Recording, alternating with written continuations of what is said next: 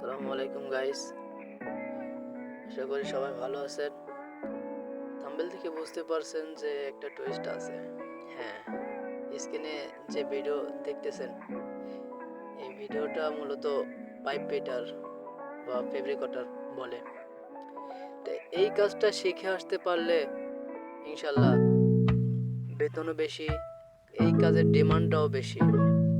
তো বাংলাদেশ থেকে অধিকাংশ বাঙালি ভাইরা কাজ না শিখে আসে। তো কাজ না শিখে আসলে সৌদি আরবে সমস্যায় পড়তে হবে। যে কোনো একটা কাজ শিখে আসতে হবে। যে কোনো একটা কাজ শিখতে পারলে সৌদি আরব বা আরব কান্ট্রি যেগুলো আছে আসলে কিছু করতে পারবে। আর কাজ না শিখে আসলে বর্তমান যে সৌদি আরবের পরিস্থিতি, এত পরিমাণ জনসংখ্যা, এত পরিমাণ মানুষ, মানে কাজের চাইতে মানুষ বেশি। তো এখন কাজ জানা লোকের চাহিদা বেশি, কাজ জানা লোকের চাহিদা বেশি। আর কিছু কিছু মানুষ বলে যে ভাই, যে 1.5 লাখ টাকা 2 লাখ টাকা কি কাজ করলে 2 লাখ টাকা বেতন পাবো।